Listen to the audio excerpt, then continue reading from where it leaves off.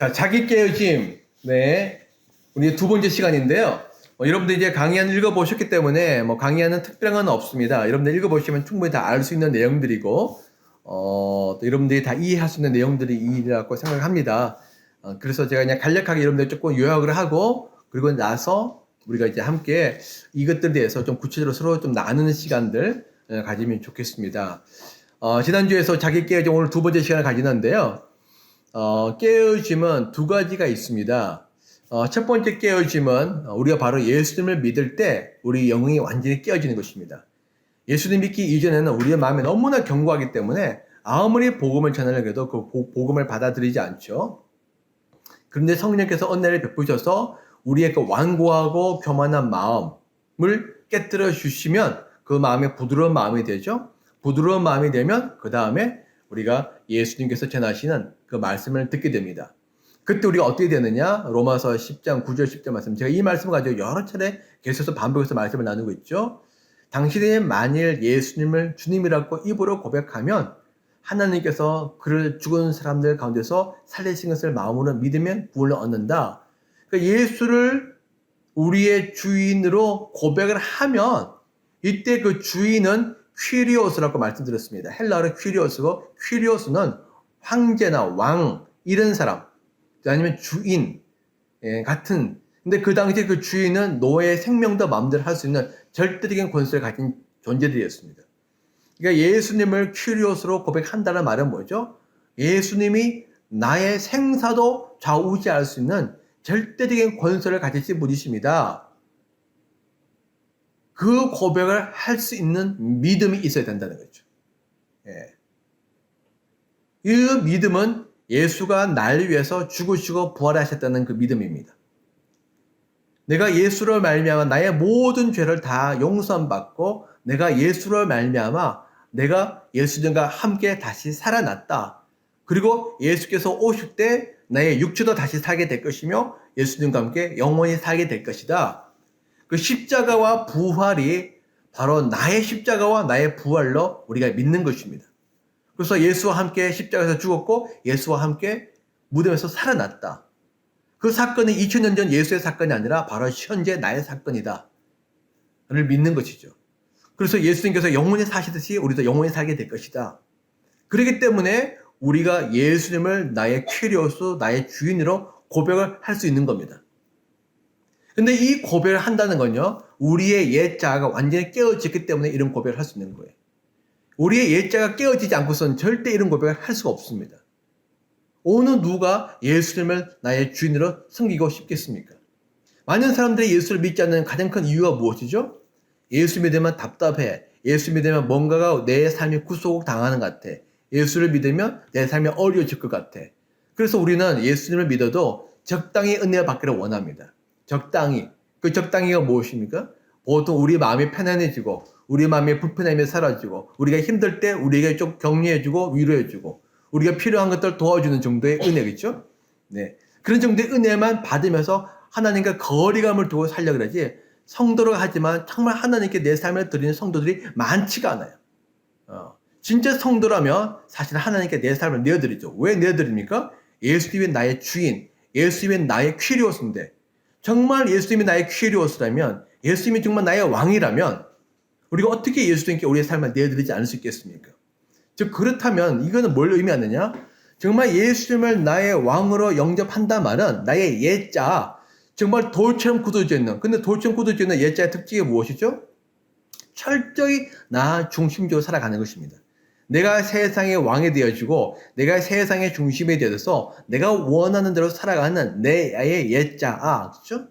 나의 꿈, 나의 계획, 나의 목표, 나의 주장 이런 것들이 다 무너지고 난 다음에 철저히 예수님이 나의 목적이고 하나님이 나의 목표이고 성경 말씀이 내 삶의 방법이 되어지고 성령님이 나의 인도자가 되어지는 그 삶을 살아간다는 것은 이 완전히 나의 옛자가 깨어지는 거야 가능한 거거든요.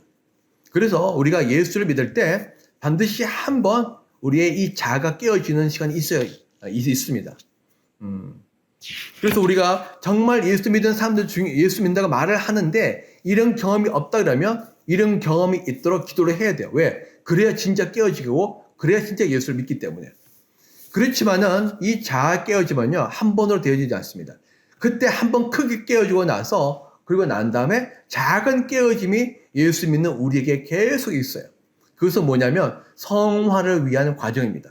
성화라는 것은 점점 우리의 삶이, 우리의 모든 모습이 예수님을 닮아가는 거룩해지는, 온전해지는, 성숙해지는 과정입니다. 우리가 그렇게 완전히 깨어지고 나서 하나님의 자녀가 되어지고 하나님의 백성이 되어지지만 실제 우리 안에는 계속해서 우리의 연약함과 부족함이 남아 있습니다. 우리의 옛자가 아직도 남아있는 부분들이 있죠. 제가 이것을 여러분들에게 이게 빨치산에다 조금 비유를 했는데 우리가 사실 한국 전쟁이 끝나고 난 다음에 사실은 완전히 한국에는 한국 남한 정부가 세워졌습니다. 남한 정부가 세워졌음에도 불구하고 이 남한 땅에 누가 남아 있었죠? 남한 정부를 부정하고 인정하지 않는 그 북한 정부를 추정하는 빨치산들이 한국에 남아 있었던 거예요. 그들은 한국 땅에 살고 있으면서도 불구하고 한국 이 주권이 남한 정부에 있음을 인정하지 않고 계속 북한 정권을 주장하면서 뭐 하는 겁니까? 남한 정권을 계속 괴롭히는 거죠. 공격하는 거죠. 그때마다 사람들이 죽고 경찰서가 약탈당하고 그렇죠? 동네가 파괴되어지고 많은 어려움도 있는 겁니다. 이것처럼 우리 땅에는 분명히 하나님의 새로운 왕국을 세우셨어요. 하나님의 주인인 새로운 나라가 우리 안에 건설되어졌습니다. 우리는 하나님의 백성입니다. 그렇지만 그럼에도 불구하고 그거를 부정하는, 그거를 거절하는 빨치산과 같은 그런 옛 자아가 우리 안에 남아서 계속 우리로 하여금 하나님의 말씀을 따라 사는 것을 거부하도록, 거절하도록 하게 우리를 부추긴다는 거죠. 예, 그런 것들이 이제 다 토벌되어져야 된다는 것입니다. 그 토벌되어지는 과정들이 바로 우리의 성화의 과정에서 일어나는 자기 깨어짐이에요.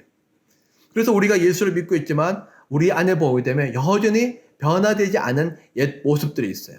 우리의 어떤 고정관념도 있고 우리의 사고방식도 있고 대인관계 방식도 있고 생활 방식도 있고 하나님과 관계에 있어서도 우리가 때로 하나님 앞에 우리 자신을 온전히 내어드리지 못하는 우리의 모습들이 있습니다. 그렇죠?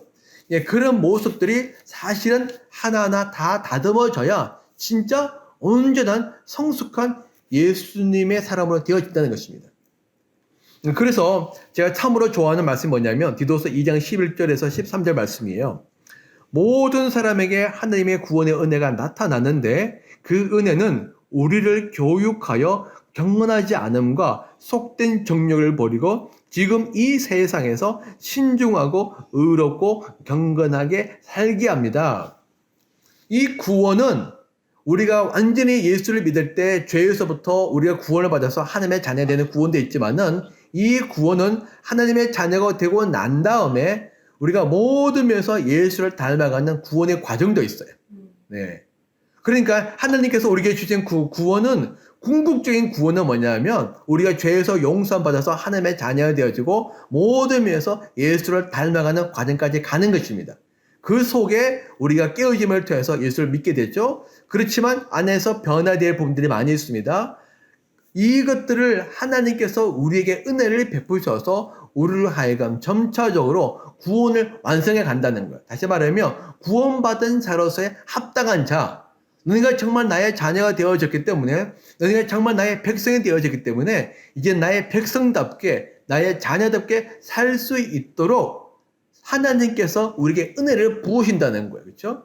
그러면 그 은혜를 부으시면 어떻게 되죠? 그 은혜가 우리를 교육하는 거예요. 그래서 그 은혜가 우리를 하여금 경건하지 않은 것, 하나님이 보시기에 이 하나님처럼 우리가 올바르지 않은 것들, 속된 정욕을 다 버리고, 이 정욕은 무엇입니까? 세상적인 정욕이에요. 하나님을 향한 열망, 열정, 하나님이 주는 거룩한 욕구가 아니고 아직까지 계속해서 세상을 따라가는 나의 옛 욕구죠. 그런 것들을 버리고 이 세상에서 신중하고 의롭고 경건하게 살게 한다. 네. 하나님은 궁극적 목적은 바로 우리가 그런 자가 되는 것입니다. 하나님은 우리가 구원받은 자로 만족하지 않으세요. 절대 만족하지 않습니다. 하나님의 목적은요, 우리가 모든 면에서 다 예수를 닮아가는 과정까지 가는 것입니다.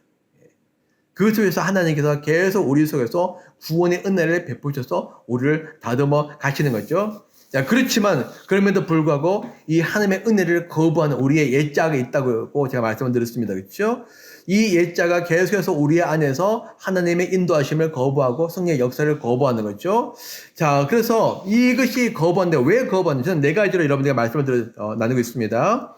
자, 첫 번째 보게 되면 왜 거부하느냐? 첫 번째, 자기가 옳다고 여기기 때문에 자기의, 우리 안에 있는 이 자기의가 계속해서 하나님의 인도하심을 거부해요. 네. 그래서 변화되는 거 이해하지 못하죠. 왜? 내가 옳은데 내가 왜 변화되어져야 돼? 내가 잘못된 것이 없는데 내가 왜 변화되어져야 돼? 그러니까 우리 안에 있는 자기의가 완전히 무너져 있지 않기 때문에 무너져 있지 않으면 사람들 항상 내가 옳다고 생각해요. 나는 잘못이 없다고 생각하는 거야. 내가 잘못이 없기 때문에 나와 다른 사람들은 그 사람들이 다 그 사람들이 잘못한 거예요. 그러니까 변화될 사람들은 누구죠? 그 사람들이 변화되어야지도 나는 변화될 게 전혀 없다는 거예요. 그래서 이런 사람들이 사실 하나님의 인도하심을 거부하면서 자기 깨어짐을 거부합니다. 두 번째는 뭐냐면 변화되는 것이 싫고 두렵기 때문입니다. 이 두려움. 네.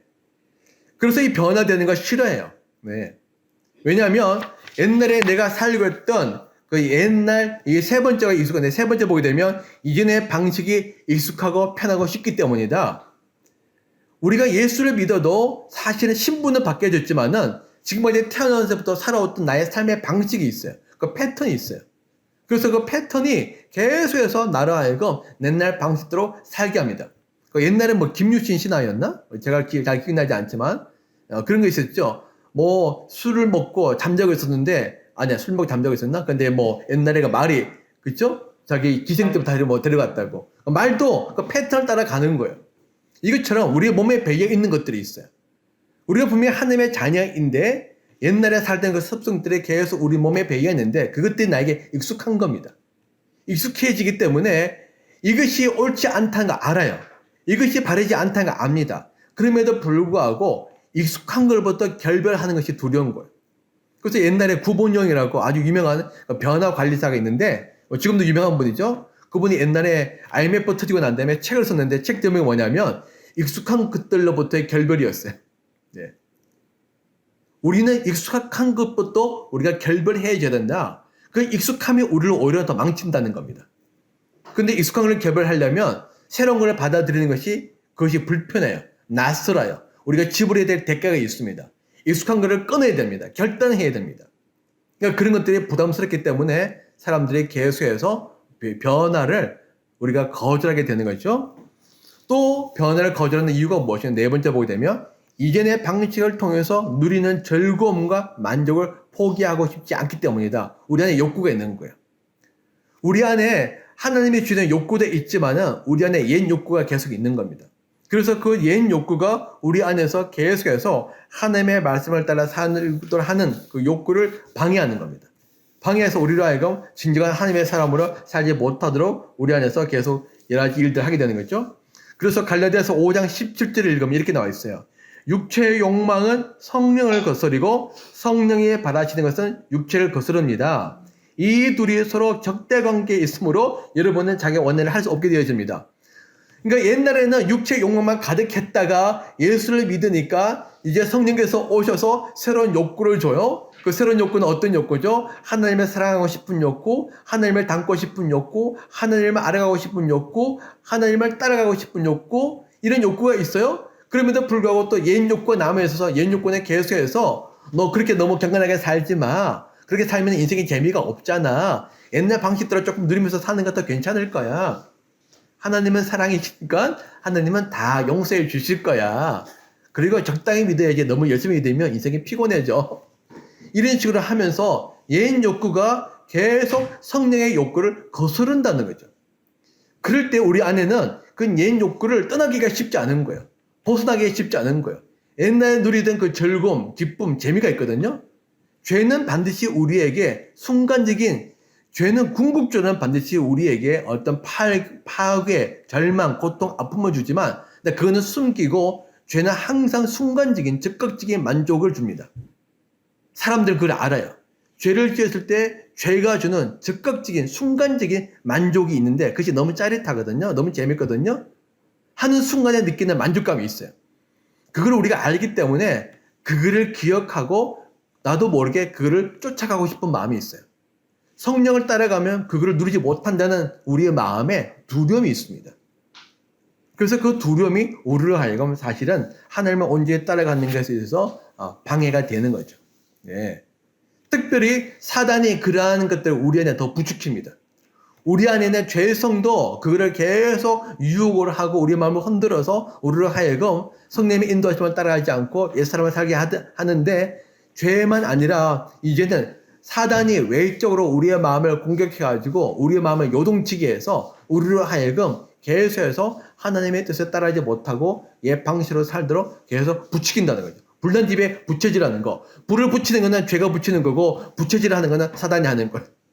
그러니까 죄가 불을 붙이고 사단이 부채질하는 거 어떻게 되죠? 활활활 타오르는 겁니다. 그러니까 그다음부터는 이 불을 끄트기가 어려운 거예요. 그렇죠? 그렇지만 우리가 알아야 될 것은 무엇이냐? 정말 우리가 모든 면에서 예수를 닮아가는 것, 그것은 하나님께서 우리 성도에게 주신 너무나 큰 특권이라는 거예요. 너무나 큰 특권이에요. 그렇지만 이 특권은 항상 우리에게 책임을 동반합니다. 예. 특권만 있는 것은 아니에요. 이 특권이 있는데 너네가 정말 이것이 특권인지 아느냐? 그렇다면 너의 책임을 다해라. 우리가 정말 이것이 너무나 큰 축복인지를 안다 그러면 사실 우리는 거기에 대해서 책임을 다하겠죠. 예를 들어서 어느 분이 우리에게 이야기하는데, 여러분 하루 금식하는 거 어렵죠? 쉬워요? 어려워요. 정말 어려워요. 그런데 어느 분이 갑자기 나타나가지고 내가 너에게 선물을 줄 거야. 무슨 선물인지 알아? 조그만 가방이에요. 이거 한번 열어봐. 이 가방을 딱 열어보니까 세상에 어떤 반짝반짝이는 돌덩어리가 하나 있는 거예요. 이게 뭔지 알아? 다이아몬드 원석인데 요거 잘 가공하면 최소한 100캐럿은 될 거야. 요거 가공하면 최소한 100캐럿은 되는 원석이야. 여러분 100캐럿이면 돈이 얼마나 될까요? 저는 지금 저는 강동이 없지만 최소한 한 100억 이상은 되지 않을까요? 그렇죠? 네, 100억은 넘을 겁니다. 최소한이에요. 자, 그런데 그 대신 너에게 조건이 있어. 너가 일주일 동안만 금식을 하면서 나라를 위해서 기도하면 그 수고의 대가로 일주일 동안만 내가 금식하고 나라와 우리 교회를 위해서 기도하면 그 금식의 대가로 100캐럿이 넘는 원석을 줄게 라고 이야기한다 그러면 여러분 할까요? 안 할까요? 예. 저는 일주일씩 금식 수십 분 하라도 하겠습니다. 여러분 할까요? 안 할까요? 다 하죠. 예. 왜 하죠? 일주일 금식이 너무너무 힘들어요. 일주일 금식이 절대 쉽지 않습니다. 그렇죠? 생각마다 아찔하죠? 그러나 그 아찔함과 그 끔찍함보다도 사실은 우리에게 주어질 대가가 훨씬 크니까 우리는 사실 기꺼이 그 대가를 지불하는 겁니다. 정말 우리가 예수 그리스도를 닮아가는 것, 모든 면에서 예수를 닮아가는 것이 얼마나 큰 축복인지 특권인지 우리가 그걸 깨닫는다면, 그리고 그것을 통해서 우리가 누릴 수 있는 영적 유익이 얼마나 많은지 우리가 안다 그러면 우리가 기꺼이 그것을 위한 우리의 책임도 감당할 거라는 것이죠. 그러므로 우리는 어떻게 되느냐? 하나님께서 주신 이 특권에 대해서 감사하되 더불어서 하나님께서 주신 이 책임, 그 책임은 무엇입니까? 우리가 모든 면에서 예수와 닮아가는, 점점 더 성숙해져 가는, 그렇죠? 그런 하나님의 은혜에 우리 자신을 내어드려서 성령에 발맞춰 나가도록 우리 자신을 내어드리는 그런 책임을 우리는 다 완수하게 될 것이라는 것입니다. 성경이 주고 있는 우리의 교훈은 무엇이냐? 바로 그것이죠. 그렇다면 너네가 죽어야 된다. 너네가 죽어야 사는 것이야. 누가복음 9장 22에서 24절 말씀에 이렇게 나와 있습니다. 23절부터 한번 읽어보겠습니다. 나를 따라오려는 사람은 자기를 부인하고 날마다 자기 십자가를 지고 나를 따라오느라. 누구든지 제 목숨을 구하려고 하는 사람은 잃을 것이요, 누구든지 나를 위하여 제 목숨을 잃는 사람은 목숨을 구할 것이다. 성경이 주는 영적 교훈은 무엇이냐? 누구든지 살고자 하면 죽을 것이고, 여러분들이 스스로 여러분들이 죽고자 하는 길을 택한다면 여러분들은 살게 될 것이요. 이것이 바로 성경이 주는 영적 교훈이에요. 여인이 한 생명을 탄생하기 위해서 자기 몸이 찢어지는 경험을 합니다. 피가 납니다. 그렇지만 그 과정을 통해서 생명이 탄생되는 겁니다. 예수님은 부활하셔서 하늘로 올라가셨어요. 그렇지만 부활하시기 전에 죽음이 있으셨습니다. 십자가를 그치고 나서 부활이 있는 것처럼, 몸이 찢어지고 나서 생명이 탄생되는 것처럼 우리가 죽어야 새로운 삶이 되는 겁니다. 자기 깨어짐은 사실 쉽지 않아요. 저도 지난주, 이번 주 안에 사실 또 한 번의 자기 깨어짐이 있었어요. 그 자기 깨어짐은 그렇게 어렵지 않아요. 우리 안에 있는 그 견고한 생각, 변하지 않는 어떤 습관들, 태도들, 삶의 방식들, 이웃과 관계 맺는 것들, 어떤 사고 방식들, 틀들, 어쩌면 때로는 하고 싶지 않은데 해야 되는데 하고 싶지 않은 것들, 많은 것들이 있어요. 근데 그거 하나가 바꾸는 것이 정말 어려워. 쉽지 않아요. 아까도 얘기했듯이 우리는 항상 우리가 하는 모든 것들은 옳다고 생각하거든요. 옳은데 이거 왜 바꿔야 되지? 우리가 깨닫지 못하는 거예요. 그래서 어려워요. 그리고 좋은 거 알지만은 나의 익숙한 것들을 버리기가 싫은 거예요. 그래서 우리는 더 어려워요. 그러나 성경에 말하는 진리는 무엇이냐? 너가 너의 모든 것들이 깨어져야 돼. 너가 죽어야 돼. 옛 방식은 다 사라져야 돼. 그래야 새로운 존재로 새로운 삶을 살게 되는 거야. 새로운 존재로 살게 되는 거야. 예. 로마서 6장 23절 말씀에 죄의 싹은 죽음이요 하나님의 선물은 우리 주 예수 그리스도 안에 누리는 영원한 생명이다. 우리의 옛자는 계속해서 죄를 짓게 만들면 말미암아 죽음에 이르는 삶을 살게 하지만은 우리 안에 있는 예수님은 계속해서 우리를 하여금 영원한 생명을 누리는, 그 생명 어떤 생명입니까? 예수님의 생명, 예수님을 누리는 삶을 살 수 있도록 우리 안에 역사한다는 것이죠. 예. 그렇기 때문에 우리는 어떻게 해야 됩니까? 이제 이 길을 걸어가야 되는 거예요. 여러분, 이 길을 걸어갈 때 우리가 꼭 기회해야 될 건 뭐냐면, 여러분, 우리 자신이 깨어지는 시간들은 결코 쉽지 않습니다. 어려워요. 힘들어요. 고통스럽습니다. 그렇지만 여러분 꼭 기억하십시오. 이 깨어짐이 하나님과 나의 관계에 있어서 변화를 주는 건 아니에요. 우리는 이미 하나님의 자녀예요. 자녀인데 하나님께서 우리를 사랑하기 때문에. 옛날에 그런 말이 있죠. 사랑하는 자에게 매 한 대 더 때린다고. 미워하는 자에게 떡 하나 더 준다고. 우리가 잘못된 길이 있는데, 우리가 고쳐야 될 부분이 있는데, 우리가 변해야 될 부분이 있는데, 우리가 바뀌어야 될 부분이 있는데 우리에게 아무런 것도 하지 않으신다면 그거는 하나님께서 우리를 미워하신다는 증거예요. 오히려 하나님께서 우리를 깨트리시는 거는 우리를 사랑하기 때문에 하나님 깨트리시는 거예요. 왜? 우리가 깨어져서 예수를 닮아야만이 하나님이 주시는 복을 온전히 더 누리게 되어지거든요. 하나님과 더 가까워지게 되거든요. 하나님과 더 친밀해지게 되고 하나님께 더 민감해지게 되고 성령의 인도하심을 더 받게 되어지고 성령의 역사를 더 경험하게 되어지고 그 우리를 통해서 성령이 베푸시는 많은 영적인 은혜와 열매들이 맺혀지는 삶을 살게 되거든요. 하나님은 정말 우리가 가장 주님 안에서 행복한 삶을 살기를 원하세요. 가장 복된 삶을 살기를 원하세요. 정말 가장 하나님께서 보시기에 기쁨이 되는 축복된 삶을 살기를 원하시고 정말 우리 인생에 가장 보람있고 의미 있는 가치 있는 삶을 살기를 원하는데 그 삶을 살려면 현재 우리의 모습으로 안 되는 거예요. 그래서 하나님께서 우리를 빚어 만드시는 겁니다. 바꾸시는 거예요. 그렇기 때문에 하나님께서 우리를 빚어 만드실 때 여러분 기억하십시오. 하나님께서 나를 사랑하시는구나. 하나님께서 나를 사랑하시기 때문에 이런 시간을 주시는구나. 그렇다면 어떻게 하죠? 하나님, 나를 빚어 만드십시오.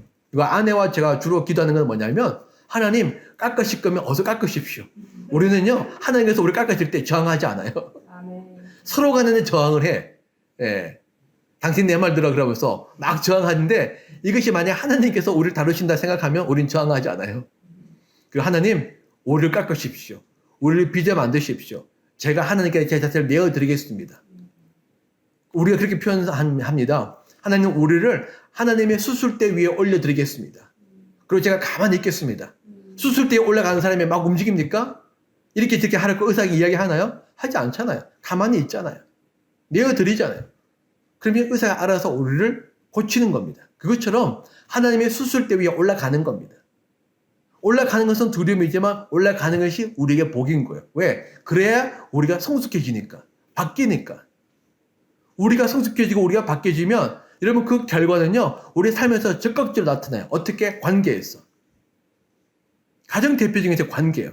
하나님과 관계에 막힘이 없어지는가 더 가까워지고 특별히 가정에서 이웃과의 관계에서 우리가 깨어지고 나면 반드시 관계의 회복이 일어나요. 그 결과를 누가 누리냐? 우리가 누리게 되어져요. 그것을 하나님께서 아시기 때문에 우리를 하나하나 빚어 만드시는 겁니다. 그때 여러분 기도하십시오. 하나님, 제가 하나님 앞에 제 자신을 내어드립니다. 하나님 고집 부리지 않겠습니다. 하나님 버티지 않겠습니다. 하나님이 저를 사랑하시고 하나님이 저를 아시니까 하나님께서 보시기에 가장 적절하게 저를 빚으십시오. 만드십시오. 깎게 될 게 있으면 깎으시고 하나님 부족한 게 있으면 채워주십시오. 얼룩진 게 있으면 하나님 닦으셔서 맨들맨들하게 아름답게 만들어 주십시오. 그것이 여러분들이 드려야 될 기도입니다. 그것이 우리에게 복이라는 꼭 기억하십시오. 여러분 사실 우리가요 어두움만 보게 되면 항상 우리 자신은 우리의 마음에 절망과 실망이 와요. 회개가 중요하지만 회개만 계속 하게 되면요 항상 우리 마음에는 죄책감과 절망과 실망과 낙심으로 가득해지고 우리 안에 부끄러움, 수치로 가득해져요. 우리가 그렇지만 또 우리 안에 있는 어두움을 보지 않으면요 사람이 기고만장해지고 교만해지고 오만해져요. 그러니까 우리는 어떻게 해야 되느냐? 우리 안에 있는 어둠을 보되 우리는 빛의 자녀임을 항상 인식해야 되는 겁니다. 우리는 예수님으로 말미암아 우리가 빛의 자녀가 되었다는 그 신분을 항상 기억하면서 우리는 우리 안에 있는 어둠을 보는 거예요. 내 안에 어둠이 있어도 나는 이미 빛의 자녀야. 내 안에 아무리 부족함이 있어도 나는 빛의 자녀야. 여러분들이 이것을 알게 되면 여러분들이 담대하게 우리 자신의 모습을 보게 될 겁니다. 특별히 가장 중요한 건 뭐냐면 성령께서 우리의 마음을 비춰주셔야 돼요. 예. 우리 스스로는요, 우리 자신의 모습을 보기에 굉장히 어려워요. 예.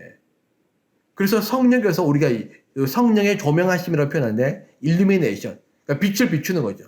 성령께서 빛을 비추어서 우리 안에 있는 어둠을 드러내는 겁니다. 여러분, 예를 들어서 지하실 들어갈 때, 옛날에 저희 집도 지하실에 있었는데, 제가 어렸을 때 살던 집에, 지하실 내려갈 때는요, 우리가 전구를 켜든지 아니면 후레쉬라이트를 들고 들어가요. 그렇죠? 지하실에 깜깜한데 안 보여요. 뭐가 있는지 몰라요. 그러나 빛을 비추면은 그 빛을 통해서 지하실에 있는 여러 가지 물건들이 뭐가 있는지 어디 있는지 우리가 보게 되어집니다. 그것처럼 성령께서 성령의 빛을 우리에게 비춰주실 때 우리 안에는 어둠 속에 있기 때문에 우리가 뭐가 있는지 몰라요. 내 상태가 어떤 상태인지 모릅니다. 그런데 성령께서 빛을 비춰주시면 그때에서 비로소 우리 안에 어떤 상태인지 우리가 무엇인지 우리가 알게 되는 거죠. 그래서 기도하십시오. 그렇죠? 네. 우리가 성경에 보면 그렇게 나와 있습니다. 고린도전서 2장 11절 12절 말씀에 하나님께서는 성령을 통해 우리에게 이런 일들을 계시해 주십니다. 하나님의 영이 아니고서는 아무도 하나님의 생각을 깨닫지 못합니다. 예? 더불어서 뭐라고 이야기하고 있죠? 요한복음 14장 7절 8절 말씀에 내가 가면 보혜사를 보내줄 텐데 그가 죄와 의와 심판에 대해서 세상의 잘못을 깨닫게 해줄 것이다. 핵심은 그거예요. 성령께서 우리의 잘못을 보게 해준다는 것입니다. 성령께서 우리의 잘못을 깨닫게 해주는 거예요. 그래서 여러분 기도하십시오. 성령님, 나는 나를 잘 몰라요. 여러분이 잘 안다고 생각하지만 실제는 잘 모릅니다. 그냥 안다고 생각할 뿐이에요. 정말 우리가 우리 자신을 알려면 성령께서 우리의 마음을 조명해 주셔야 되는 겁니다. 그래서 기도하십시오. 성령님, 내 마음을 주님의 진리의 빛으로 비춰주십시오. 그래서 내 안에 있는 것들 드러내 주십시오. 이게 드러내셔서 하나님 치울 것이 있으면 치워 주십시오. 버릴 것이 있으면 버리게 해 주십시오. 청소할 것이 있으면 청소하게 해 주십시오. 그리고 정돈이 안 됐으면 정돈시켜 주십시오. 그래서 주님께서 보시기에 가장 아름다운 모습으로 저를 빚어 만들어 주십시오. 라고 여러분들이 기도를 드리는 겁니다. 그럴 때 하나님께서 여러분들의 기도를 들으시고 여러분들 안에 있는 모습을 보여주실 거예요.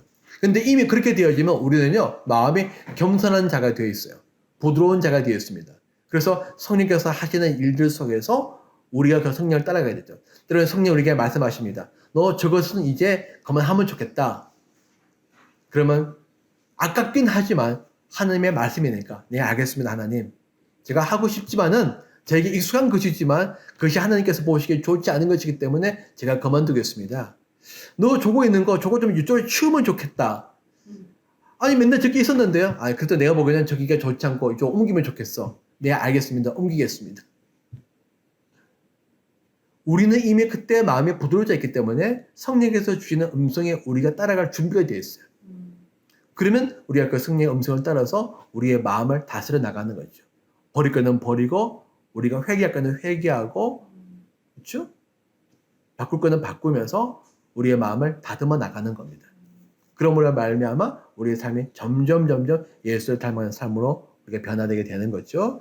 자, 나머지 것들은 여러분들이 자 읽어보시면 되니까 한번 쭉 읽어보시기 바라고요. 다음 주는 여러분들에게 회개에 대해서 조금 더 말씀 나누겠습니다. 왜냐하면 이 자기 깨어짐에 있어서 회개보다 더 중요한 건 없거든요. 그래서 다음 주에 한 주간 회개에 대해서 말씀을 나누고 이 시리즈 쭉 이제 마치도록 하겠습니다.